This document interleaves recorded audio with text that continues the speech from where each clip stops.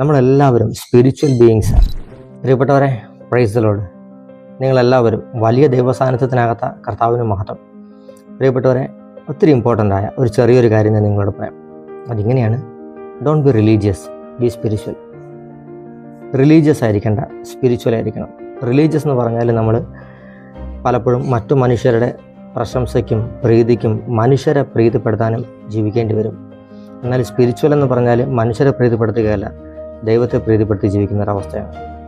ദൈവത്തെ പ്രീതിപ്പെടുത്തി കഴിഞ്ഞാൽ ദൈവത്തിൻ്റെ ഹിതം എന്താണെന്ന് മനസ്സിലാക്കി സ്പിരിച്വലായി ജീവിച്ചു കഴിഞ്ഞാൽ മനുഷ്യരോട് എങ്ങനെ പെരുമാറണമെന്നും മനുഷ്യർക്ക് ലഭിക്കേണ്ടത് എന്താണെന്നും ദൈവത്തിനറിയാം. ദൈവം അത് ചെയ്യും. ആമേൻ. നമ്മളെല്ലാവരും സ്പിരിച്വൽ ബീയിങ്സാണ്. മനുഷ്യനെന്ന് പറയുന്നത് ആക്ച്വലി ഒരു സ്പിരിറ്റാണ്. ഈ സ്പിരിറ്റായ ആത്മാവായ നമുക്ക് ഒരു ബോഡിയും ഒരു സോളും ഉണ്ട്.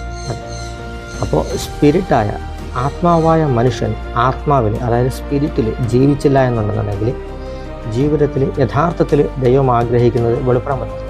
നമ്മുടെ ജീവിതത്തിൽ എന്ത് സംഭവിച്ചു കഴിഞ്ഞാലും അതിൻ്റെ പിന്നിൽ ഒരു സ്പിരിച്വാലിറ്റി ഉണ്ട്. എന്ത് സംഭവിച്ചു, എന്തെങ്കിലും നമ്മുടെ ജീവിതത്തിൽ സംഭവിക്കണമെന്നുണ്ടെങ്കിൽ അത് സംഭവിക്കുന്നതിന് മുൻപ് ആത്മീയ തലത്തിൽ ചില കാര്യങ്ങൾ നടന്നിരിക്കും. നമ്മൾ റിലീജിയസായി ജീവിച്ചാൽ നമുക്ക് സ്പിരിച്വലി ഉള്ള കാര്യങ്ങളെ വിവേചിക്കാനോ അതിനനുസരിച്ച് പ്രവർത്തിക്കാനോ പറ്റത്തില്ല. അങ്ങനെ സംഭവിച്ചു കഴിഞ്ഞാൽ യഥാർത്ഥത്തിൽ നടക്കേണ്ടുന്ന പല കാര്യങ്ങളും തടസ്സപ്പെടുകയും ആവശ്യമില്ലാത്ത പല കാര്യവും നമ്മുടെ ജീവിതത്തിൽ സംഭവിക്കുകയും ചെയ്യും.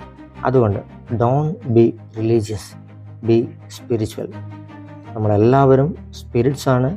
ആ ബോധ്യത്തിൽ, ആ സ്പിരിറ്റാണെന്നുള്ള ബോധ്യത്തിൽ ആത്മീകമായി ജീവിക്കാൻ തയ്യാറായാൽ പ്രിയപ്പെട്ടവരെ, ജീവിതം ദൈവം ആഗ്രഹിച്ചതുപോലെ അനുഗ്രഹപ്രദമായി മുന്നോട്ട് പോകും.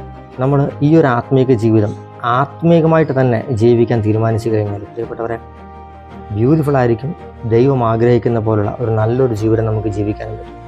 അതുകൊണ്ട് ഞാൻ ഒരിക്കൽ കൂടി പറയുന്നു, മതത്തിലല്ല ജീവിക്കേണ്ടത്, ആത്മാവിൽ ജീവിക്കണം. ആത്മാവിൽ ജീവിക്കാൻ പഠിച്ചു കഴിഞ്ഞാൽ പ്രിയപ്പെട്ടവരെ, കർത്താവിൻ്റെ ഹിതം എന്താണെന്ന് അറിഞ്ഞ് ജീവിക്കാൻ പറ്റും. ആ ബോധ്യം, ഈ ഒരു വെളിപാട് നിങ്ങളുടെ മനസ്സിനകത്തിരിക്കട്ടെ. പരിശുദ്ധാത്മാവിലേക്ക് നിങ്ങളെ നയിക്കട്ടെ. കർത്താവായ യേശുവിൻ്റെ നാമത്തിൽ. ആമേൻ.